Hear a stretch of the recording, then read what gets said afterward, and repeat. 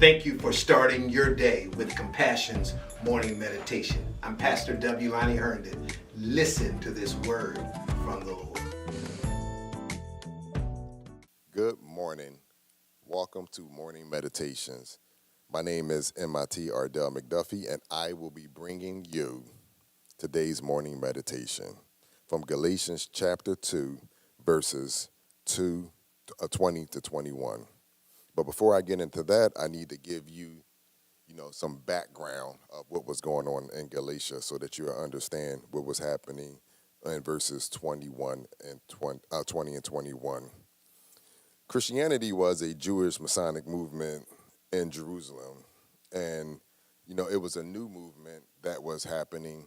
And the traditional Jews were kind of not really ready to accept the Gentiles into the faith, but eventually they did.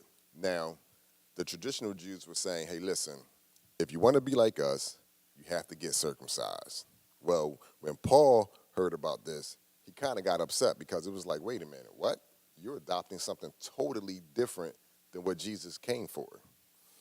So Paul ran to Jerusalem. They didn't run, but Paul went to Jerusalem, met with the other apostles.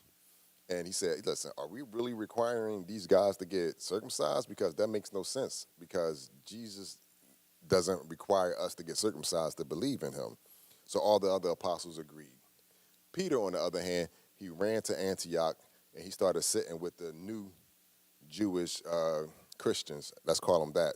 And when the traditional Jews came around, they had saw that Peter was sitting with them, and it kind of rubbed them the wrong way, and they put pressure on Peter, and Peter caved. And this upsetted Paul big time.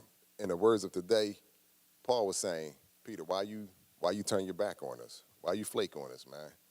Because this isn't what we had talked about.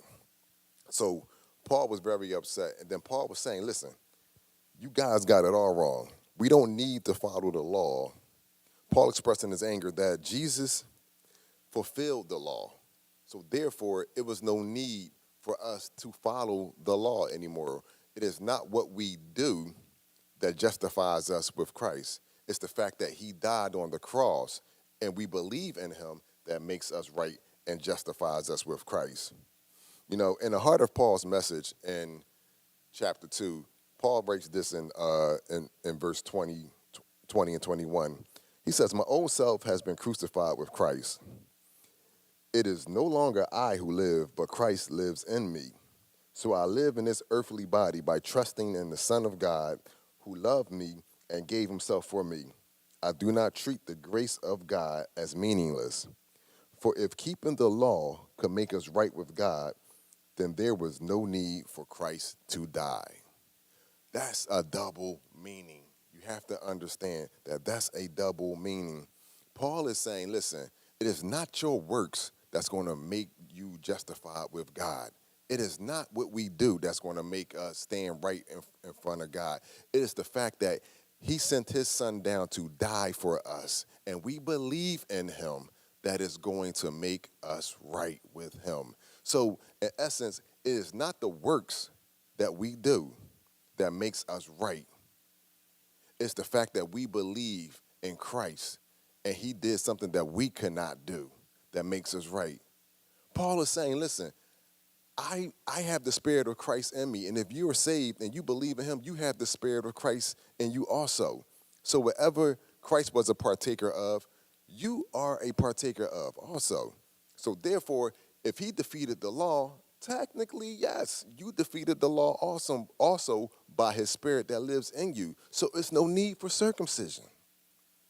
That's of the law. We don't need it. The moral of the story is, it is not our works that is going to justify us with God. It is the fact that we believe in him. Thank you for tuning in to today's morning meditation. My name is Ardell McDuffie. I pray you be blessed.